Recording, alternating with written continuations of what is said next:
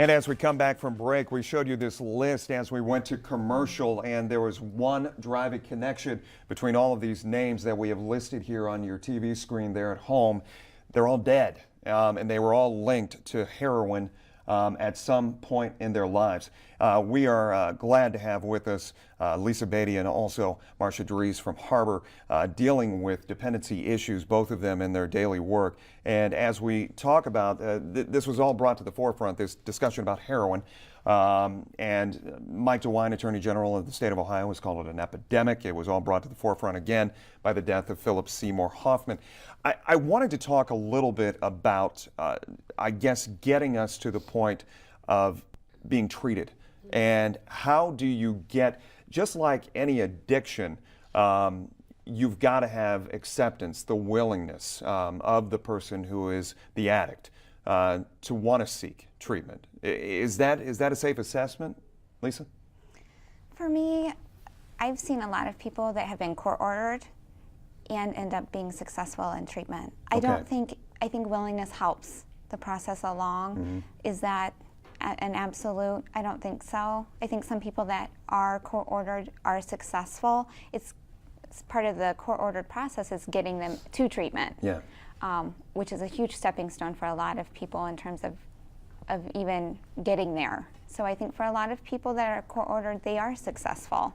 What is the, I guess, what is the treatment? How do you treat someone who basically feels like they're popping an aspirin each day? I mean, I don't mean to be flip, but it is, you're talking about this being along the lines of prescription medicine, or the addict sees, the heroin addict sees it as that. How do you treat that?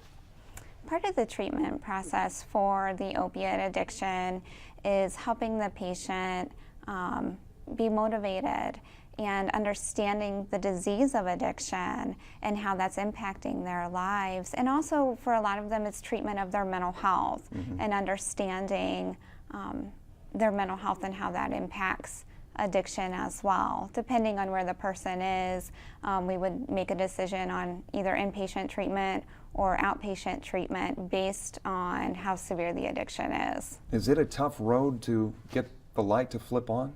It's very tough because unlike mental health treatment, such as a psychiatric admission, chemical dependency treatment cannot be a situation where somebody is forced to go into it outside of maybe some kind of court order. So basically the person has to go voluntarily. Yeah. And they have to remain in there voluntarily. So you're dealing with somebody who's often in denial and doesn't want to do it, plus they're going through withdrawal and they're going to be desperate for their drugs. So it can be tough. I know Lisa spent a lot of time working in residential prior to Harbor. Very difficult to get them to that point. If we can get them there, then we have a greater chance of success, of course, but it's tough. We do have some newer medications too that we can use to help with the withdrawal process, but all of that has to be very carefully, monitored medically. Right.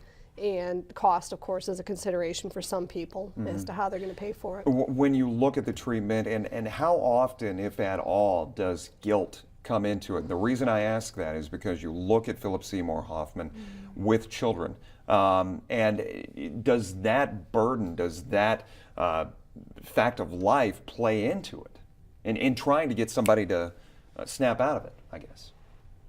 Sometimes those can be motivational factors. If I know that I'm hurting my family, if I'm even able to see that, that may motivate me to go into treatment. Sadly, it doesn't happen often enough. You would think it would, but people, again, they've got blinders on. They're not necessarily seeing the damage. They're just seeing their own survival at stake. So, it can be very difficult. We can work with the family members, though, and engage them and try and help them in setting some boundaries and setting some limits and pursuing their own care. I wanted to point out as well, the Ohio Attorney General, I failed to mention, has announced he is dedicating about $1 million to a new heroin unit to help law enforcement fight back. The other thing I wanted to talk about is in our schools, and you talked about getting the word out early and trying to understand the education. I mean, we hear education on so many different levels from the standpoint of trying to make life better. And education is the key. So when you look at this and should we as parents just accept the fact and not be naive to the point where we think, oh, it's unnecessary for the schools to talk about heroin, or I don't want the schools to talk about heroin? Is it already happening in the schools? My son is 5, and his school has an anti-drug, anti-bullying campaign starting from kindergarten through 8th grade. So you talk to the child at an age-appropriate level. I get that. Yeah. I mean, you know, from going back to the days of Nancy Reagan as Right, First Lady, just say and no. saying, just say no, right. But that's very general, and that covers that's a wide casting net. But specifically, I mean, are we going to see posters of hypodermics, you know, plastered around high school walls? Should there be? You're getting into a realm that's probably outside our scope, because that's the whole prevention piece. Yeah. I don't know that that would necessarily be motivational. I think what people need to know more of is how can we cope with life better? How can we deal with any kind of family stressors? How can we as a family support our child in making healthier choices? Having hypodermic needles and pictures of them in a school, you know, for some that could be a trigger, you know, if they are in fact caught up in that. So we have to continue to look at what works. And we've had programs like DARE and whatnot that have been successful, but, you know, what really is going to work? Well, they've gotten shocking with ads for anti-smoking campaigns. Right, they sure have. And we continue to talk about the fact that you put that out there. CVS this week just pulled tobacco products from their store shelves. So I mean, these are all things that are happening that you think possibly are going to make a difference. But in your line of work, I mean, do these little things in society make a difference? Does it being glamorized in movies hurt your clientele from the standpoint of, we talked about Pulp Fiction making heroin, bringing that to the forefront. The movie Traffic back in 2000 also bringing heroin back to the forefront. How tough does that make your job? It makes it difficult.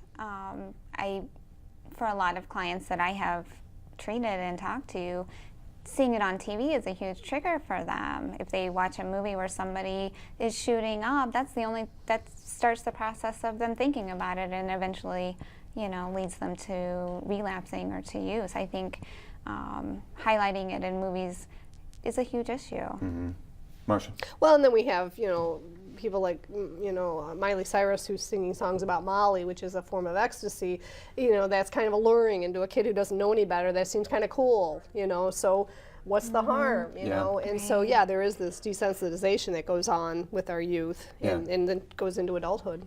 And what do you think will, I mean, you have cases like this, and it happens again and again. We looked at that list of names, and things, they stay the same. Unfortunately, we will see another high-profile actor, actress, somebody out there in the mainstream fall victim or fall prey to an overdose of some sort. But what lesson can be learned here for us here today talking about this moving forward when you see somebody like this fall victim?